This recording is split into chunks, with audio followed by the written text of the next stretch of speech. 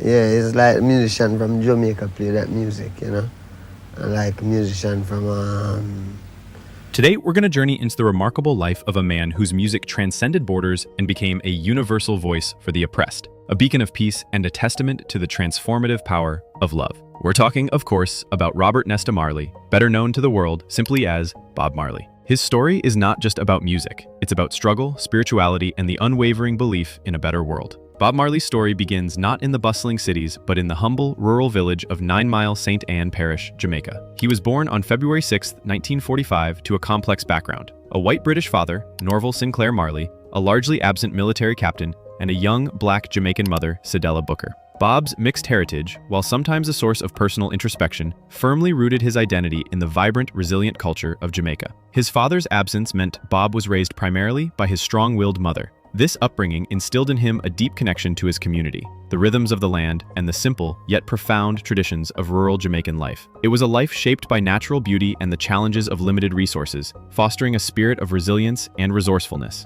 As a young boy, Bob moved with his mother to Trenchtown, a government housing project in West Kingston. This was a pivotal moment. Trenchtown, though economically deprived, was a crucible of creativity. It was a place where vibrant communities formed, where storytelling was an art, and where the sounds of American rhythm and blues mingled with emerging local genres like ska and rocksteady. It was here, amidst the zinc fences and crowded streets, that Bob's musical journey truly began, absorbing the sounds and spirit that would define his artistry. In Trenchtown, the stars aligned for Bob. He met two individuals who would become his lifelong musical brethren, Peter Tosh and Bunny Wailer. The trio shared a common passion for music and a similar yearning for expression. In 1963, they officially formed a vocal group, undergoing several name changes: the Teenagers, the Wailing Rude Boys, and eventually the iconic The Wailers. Their initial sound was rooted in ska, Jamaica's first globally recognized popular music, characterized by its energetic, upbeat tempo and sharp, offbeat guitar rhythms. They honed their harmonies and songwriting, creating a distinct vocal blend that immediately set them apart. However, the 1960s were a period of rapid musical evolution in Jamaica.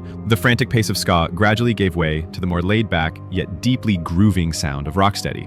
This shift created space for more introspective lyrics and a heavier bass line. It was from this foundation that reggae truly emerged. The Wailers were not just observers, they were pioneers in this transformation. Their music began to incorporate a deeper social consciousness and, crucially, the emerging spiritual depth of Rastafari.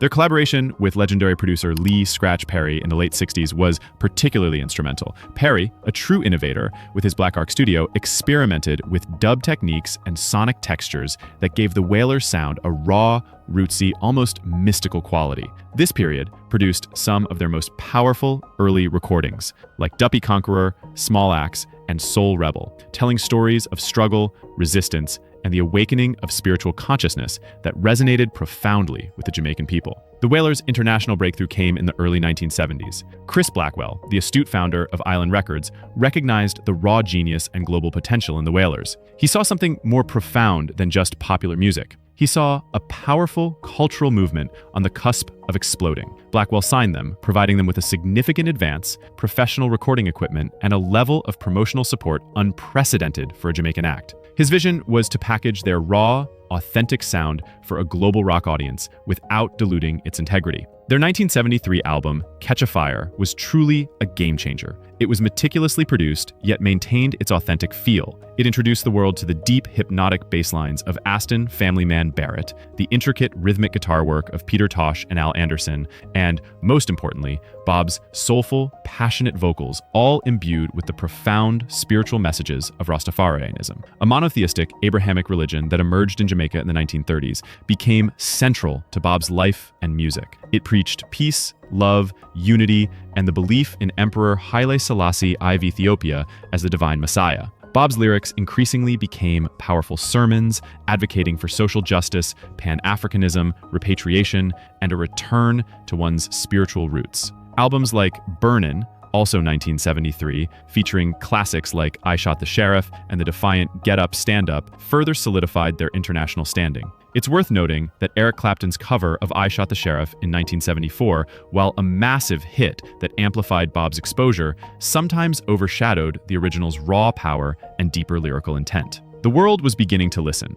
Following the amicable but significant departure of Peter Tosh and Bunny Wailer in 1974 to pursue equally impactful solo careers, Bob Marley continued as Bob Marley and the Wailers. His subsequent albums soared to even greater heights of commercial and critical success, cementing his status as a global superstar. Natty Dread, 1974, featuring the iconic live version of No Woman, No Cry, demonstrated his ability to captivate audiences with simple, profound storytelling. Rastaman Vibration, 1976, was the first reggae album to reach the top 10 on the Billboard 200 chart. Then came the Seminal Exodus in 1977. This album was not just a collection of songs. It was a spiritual journey, a political statement, and a musical masterpiece. With tracks like Jamming, Waiting in Vain, One Love, People Get Ready, and the title track, Exodus spent 56 consecutive weeks on the UK album charts and is widely considered one of the most important albums of the 20th century.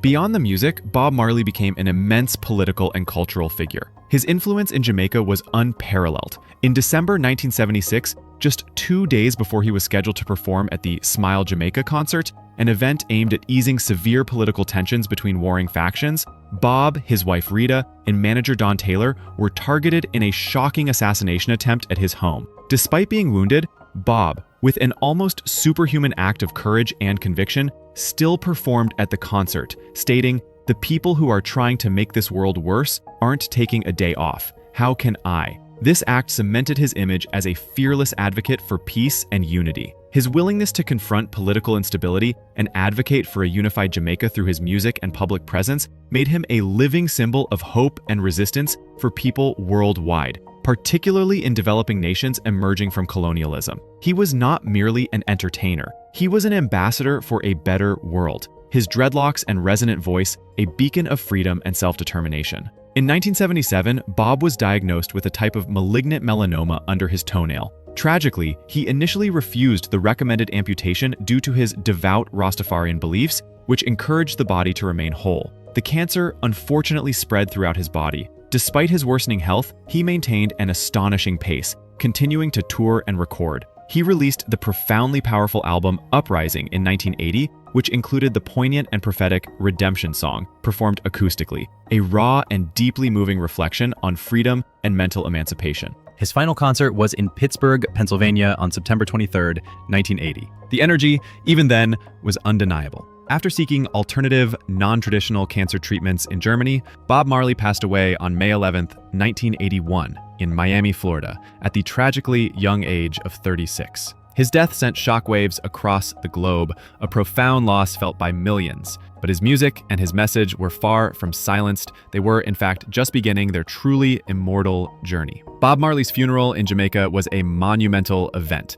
a state funeral attended by thousands, reflecting the unparalleled impact he had on his homeland. But his legacy extends far beyond Jamaica's beautiful shores. He single-handedly introduced reggae music to the world, transforming it from a niche genre into a global phenomenon, influencing countless artists across every conceivable genre. More importantly, he used his extraordinary platform to advocate for peace, unity, social justice, and the emancipation of the oppressed. His songs continue to inspire movements for freedom and equality, resonating with new generations who discover the timeless truths in his lyrics. His image, with his iconic dreadlocks, infectious smile, and unwavering gaze, remains a powerful symbol of resistance, hope, and the indomitable human spirit. Bob Marley's music is not just entertainment, it's a philosophy, a spiritual awakening, a way of life, and an eternal call to action for a better world. From the dusty roads of 9 Mile to the grandest stages of the world, Bob Marley's journey was one of immense passion, unwavering purpose, and profound, lasting impact. He taught us that through the power of music, we can change hearts, inspire minds, and ultimately build a more harmonious world. One love, one heart, and one song at a time. Thank you.